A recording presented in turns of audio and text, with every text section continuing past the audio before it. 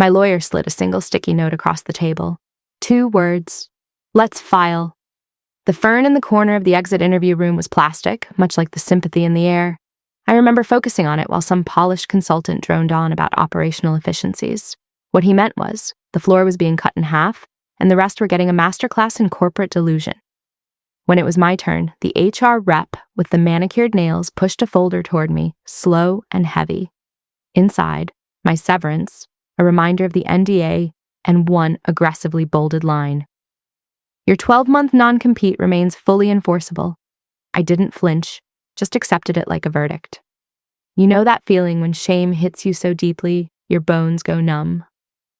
This isn't personal, my former manager added, like he was offering wisdom instead of indigestion. We're just future-proofing the business. This is the guy who once took my quarterly projections, slapped his name on the cover, and presented them to the investors as his own stroke of genius. I carried his ambition for 4 years and watched 3 major initiatives fail. He couldn't organize a 1-car parade, let alone a department. And yet there we were, me with a cardboard box, him with a rehearsed speech about professional transitions. I didn't give him the satisfaction of a reaction. Just took my plant, my notebooks, the chipped mug that said, "Fueled by caffeine," and crucially, my originals. The offer letter, the promotion confirmations, the performance reports, even the printout of my employment contract with the previous company's letterhead. Because in the blur of a merger and a rebrand, they'd neglected to update the paperwork. And I never forget a detail, especially not the ones that create leverage. Before I left, HR tried to soften the blow. We know this is hard, but the non-compete ensures a smooth separation. Think of it as a break. I almost laughed. A break is something you choose. This was a legal muzzle, dressed as policy, designed to keep me silent and still while they repackaged my work. Hey, quick thing. If you're hearing this and it resonates, tap that subscribe button, leave a like. Most people don't, but our team sees every single one. It lets us keep digging up stories they'd prefer stayed hidden. Back to the walk of shame. Passing the new hire, filming a reel in the lobby, I noticed something.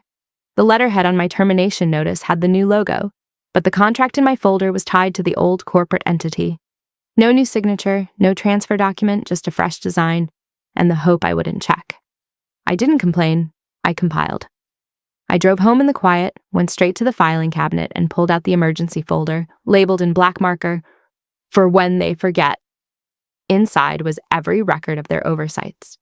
Every chat log proving they skipped mandatory garden leave payments. Every instance where restructuring blurred into retaliation. I wasn't planning to rant online or post some vague career lament. I was going to build a file, because when someone tries to silence you, they should hope your quiet is just you loading the weapon.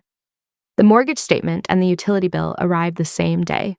The universe's idea of a welcome package to unemployment. Congratulations on your freedom. Now pay $2,400 by Thursday, or lose the lights. I looked at the overdue notices while eating peanut butter straight from the jar. No income, no severance, no transitional pay. Just the echo of HR's voice suggesting I enjoy my time off. My sister texted, "We're here for you!" Like she wasn't already managing 2 toddlers, a partner who views chores as optional, and her own exhausting job. I didn't reply immediately. I couldn't. Pride is a stubborn thing. It will let you go hungry before it lets you ask. And when I finally typed, "Thank you," I hated how tiny the words looked. I wasn't raised to be a weight on anyone. I was raised to bear the load, efficiently and without fanfare, like the foundation of a house. Recruiters kept reaching out. Some were sincere, others were clearly scavenging LinkedIn's walking wounded, asking, "You are allowed to interview, right?" in a tone that suggested they feared a lawsuit might materialize mid-call. I stayed neutral, named no names, hinted at nothing, answered cleanly, and waited for their hesitation. One asked directly, "This conversation isn't a breach of your agreement, correct?" I could almost hear the attorney on speakerphone in the background. That's when I knew, even though I hadn't contacted a single client, hadn't pitched a single project, and hadn't even changed my LinkedIn headline, rumors were circulating. Someone over there was sweating, and nervous executives make errors. Then it arrived. A cease and desist, signature required. It accused me of preparing to compete by merely applying for roles in my industry. No evidence, no client outreach, just the sheer audacity of continuing to have a career. They even cited a coffee I had with a former colleague, now in HR at a shipping company, who had asked to meet because she needed to vent. That apparently was considered indirect competitive maneuvering. But here's where it got interesting. That non-compete was signed 2 months after I started. No promotion, no bonus, no extra compensation, just a Thursday afternoon ambush where the legal department said, "We're standardizing documents. Sign this, or we'll have to reevaluate your fit." I signed quietly, took it home, and added it to the folder. Because a contract signed under implied threat without new value exchanged is fertile ground for challenge. I read the clause until my vision blurred. They'd mashed together non-solicitation, non-disparagement, and non-compete into one dense block of text like it was a clickbait headline for timid corporations. Sloppy. And in many jurisdictions, sloppiness like that collapses. Especially when you fire someone without cause and then forget to pay them while trying to restrict their life. I didn't yell. I didn't post. I didn't even answer their letter. I just added it to the pile and opened a search engine, looked up. Declaratory judgment, unenforceable non-compete, termination without cause, no garden leave. Then I did the one thing they never anticipated. I booked a consultation with a soft-spoken, unassuming lawyer whose client reviews all said the same thing. She listens, then she wins. Because this wasn't just about a job anymore. It was about the principle. About refusing to let some jargon-spouting director who built his career on other people's labor tell me I couldn't work unless he allowed it. And about demonstrating, methodically and in front of a judge, that what they mistook for surrender was actually me calibrating the scope. Her office didn't have fancy diplomas, just a well-worn chair, a coffee machine that growled like an old engine, and stacks of files so high I mentally sorted them by color while I spoke. I handed over my dossier like it was a peace offering, the offer letter, the updated non-compete, pay stubs, the garden leave policy highlighted. She scanned quickly but thoroughly, the way a mechanic listens to an engine.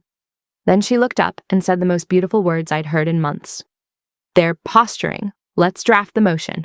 No drama, no social media crusade, just a one-sentence request in a legal filing that read like a dictionary but landed like a hammer. Petitioner seeks declaration that the non-compete is void due to wrongful termination, lack of consideration, and breach of garden leave obligations. That was all. No hashtags, no flair, just a case number that meant the game had changed. I went home that evening and didn't sleep. Not from anxiety, though that still hummed in my veins, but from a strange, clear-headed certainty. It felt like standing on a cliff's edge, knowing the fall could break you, but choosing to lean forward anyway. They wanted me to disappear quietly, maybe take up pottery until the clock ran out. Instead, I picked a courtroom where documentation shouts over bluster, and the only currency is what you can substantiate on the record. They replied swiftly. Their counsel, a seasoned litigator who probably had non-disclosure agreements for his cufflinks, submitted a sworn statement calling me a formerly integral strategic resource now posing a material threat to corporate stability. That line almost made me spit out my drink. First I'm essential, then I'm a hazard. At least I'm memorable. And thank heavens their pride kept a paper trail, because that affidavit was a gift. It conceded I was let go as part of a budgetary realignment, which tore their "for cause" argument to confetti. And buried in the middle was an effective termination date of March 3rd. But my final paycheck was dated February 28th. No continuation, no garden leave, just a hard stop. That alone would have capsized them. The judge wouldn't need a magnifying glass. What amazed me most was how hard they tried to sound reasonable while oozing panic from every paragraph. They deployed terms like potential exposure of proprietary frameworks and risk to brand equity. But I hadn't shared a single slide, hadn't emailed a vendor, hadn't copied a file. I was more transparent than their all-hands meetings. What frightened them wasn't my actions, but my knowledge. How much of their operational skeleton I had assembled while they were busy playing buzzword bingo. I met my attorney again before the preliminary hearing. She wore the same comfortable blazer, drank the same terrible coffee, and passed me one page. Our exhibit list, 19 documents indexed and time-stamped, including the garden leave policy I was never compensated under, including the termination letter with their sleek new logo tied to the wrong legal entity, including the pay stubs that ended just before the date they claimed all obligations were fulfilled. I sat there with my restless hands still in my lap, and my voice even as granite. Because this wasn't merely a position. It was self-respect. It was the right to reconstruct my career without seeking approval from the man who once presented my analysis in wingdings and called it innovation.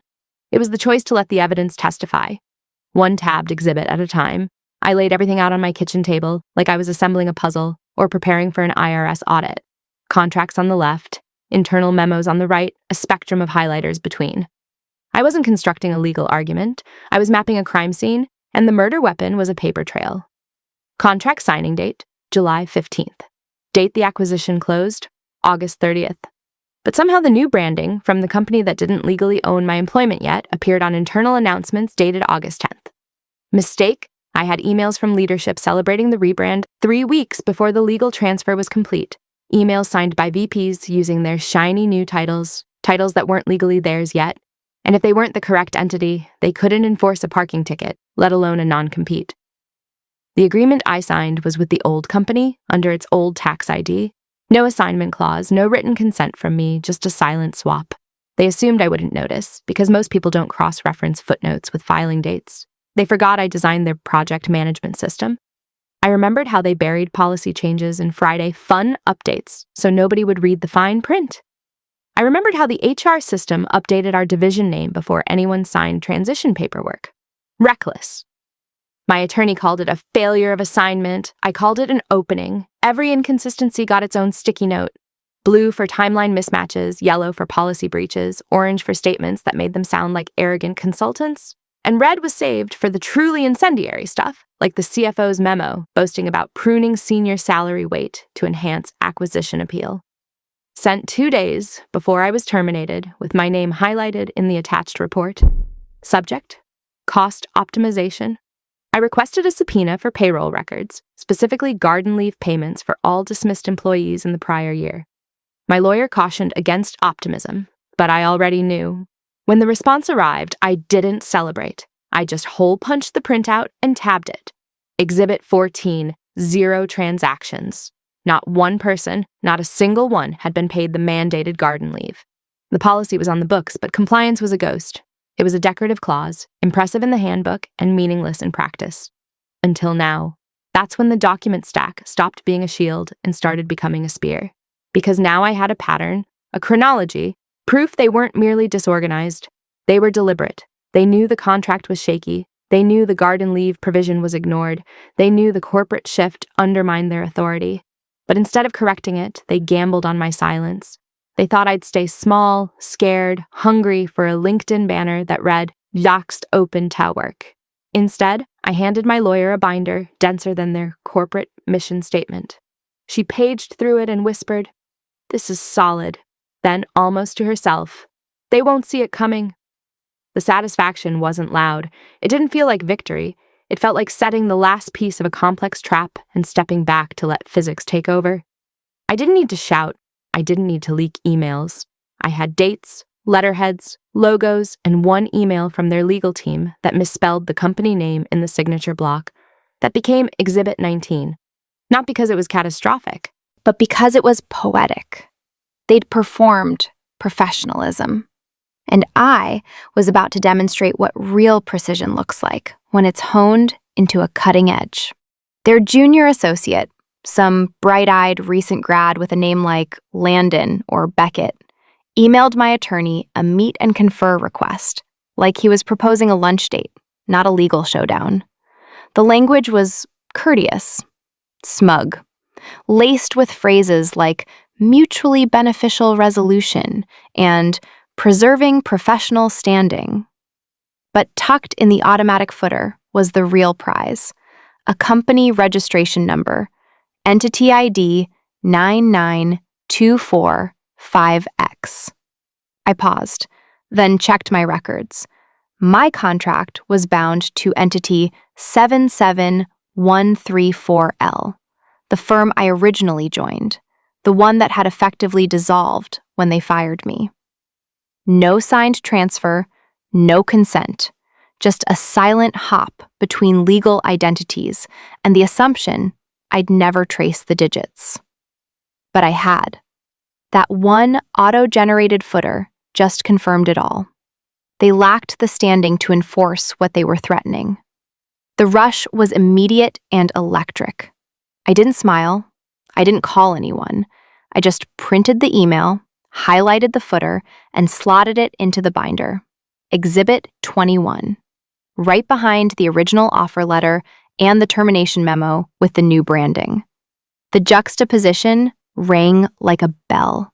Their error wasn't administrative. It was existential.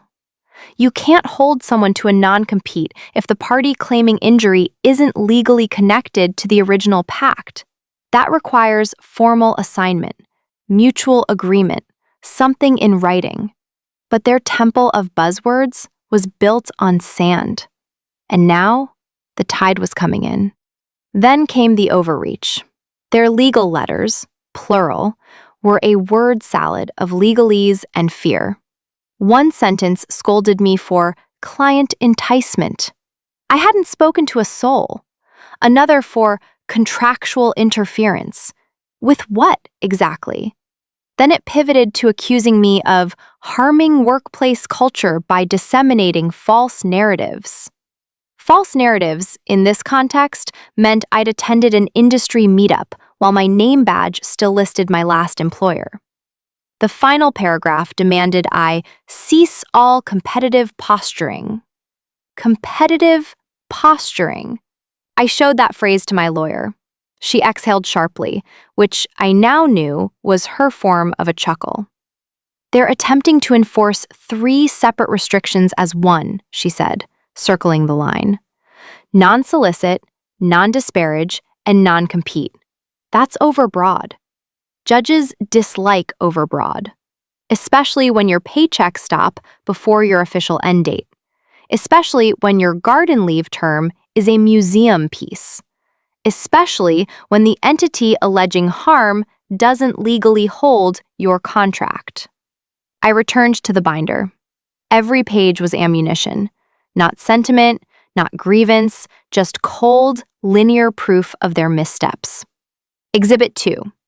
Offer letter, entity 77,134L. Exhibit 5. Promotion memo, same entity. Exhibit 10.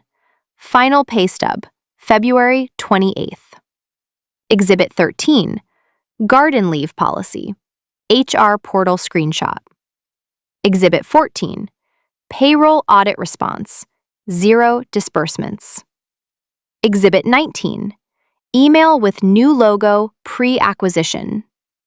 Exhibit 21. Beckett's auto footer. Entity 99,245X. All of it neatly indexed, color-coded, dated. This wasn't a paper knife anymore. It was a scalpel. They were fighting in the arena of perception. I was litigating in the realm of fact. And somewhere in a glass tower office, Beckett probably hit send and went to get a smoothie, thinking he'd managed the situation. Meanwhile, I stared at his oversight on my monitor like it was the final piece of a puzzle clicking into place. I didn't need a grand speech. I had a registration number. The hearing room was quieter than I'd imagined. Beige walls, functional furniture, and one sad potted plant that looked like it had given up years ago. I sat with my hands clasped, binder open, tabs arranged with surgical precision. My lawyer was a statue of calm beside me, but I could sense her focus like a physical vibration. We didn't need to perform. We just had to present. Then he entered. My ex-boss, Mark, hairline slightly receded, but the aura of undeserved confidence was fully present. He took the witness stand with the gravitas of a man who believes his own press releases. The clerk swore him in, and he adjusted his tie as if cameras were rolling. Ms. Carter, he began, addressing his own lawyer, was a pivotal member of our team, deeply embedded in client operations and core systems. I watched the judge take a note, probably marking her place. Mark continued, as if delivering a keynote. We regretted the loss, Your Honor, but we were in a post-acquisition streamlining phase, a strategic repositioning for long-term viability. Translation? We fired the higher-paid people to improve the balance sheet. He kept weaving phrases like portfolio optimization and workforce rebalancing, painting me as simultaneously vital and expendable in the same testimony. I scribbled in the margin, "Decide, Mark." Then came our turn. My lawyer stood, adjusted her glasses, and began with a needle. You stated Miss Carter was terminated due to a strategic repositioning. Was this related to her job performance? Mark paused. No, it was not. Was it disciplinary? No. Was it with cause? He blinked. No, it was a financial decision. There it was, on the record, from his lips. Not cause, financial. Which meant the non-compete clause, which typically requires misconduct or a resignation with a payout to be ironclad, was already buckling at the knees. My lawyer let the silence hang just a beat too long. Then she moved closer. Can you provide the executed assignment agreement that transferred Miss Carter's employment contract from the original entity to the acquiring company? Mark glanced at his attorney. The attorney looked like he'd just been handed a burning coal. I believe that would be with our records department, Mark fumbled. No such document exists in your files? The judge interjected, her eyebrow raised. I am not personally aware of it, he said. My lawyer didn't smile. She just turned to the bench. Your Honor, we have Exhibit 2, the original contract, and Exhibit 19, internal communications using the new branding prior to the legal acquisition close. There is no exhibit showing a lawful transfer of this agreement. She placed 2 documents side by side on the lectern. The judge leaned forward. The other lawyer stood, scrambling. Your Honor, the parent company absorbed all liabilities and contracts as a matter of course in the merger. It's standard isn't a signed document, the judge said, her voice dry. Counselor, if you wish to enforce a restrictive covenant, the enforcing party must have privity of contract. Do you have that privity to show me today? The room got very still. That's when I learned the loudest sound in law isn't a gavel. It's the absence of an answer. Their lawyer froze. He looked at his client, then down at his notes, then back at the judge. He asked for a 5-minute recess. The judge granted it. They huddled in the corner, voices low and urgent. I didn't look. I watched the second-hand sweep on the wall clock. When we reconvened, their attorney stood. Your Honor, the respondent would like to discuss a potential resolution before we proceed further. The judge nodded. You have until the end of the day to file a notice of settlement. Next case. It was over. Just like that. No fanfare, no admission of guilt, just a tactical retreat. We walked out into the bland courthouse hallway. My lawyer handed me the binder. Keep this. You earned it. I drove home under a gray sky that somehow felt brighter. I didn't feel triumphant. I felt quiet, validated. The mortgage was still due, the job search was still ahead, but the muzzle was gone. They tried to bury me with paperwork, not realizing I was a gardener. I took their documents and grew a case. And if you're in a similar fight, remember, your attention to detail is your greatest weapon. If this story connected with you, please hit the like button. It genuinely helps our channel find these stories and share them. Thanks for listening.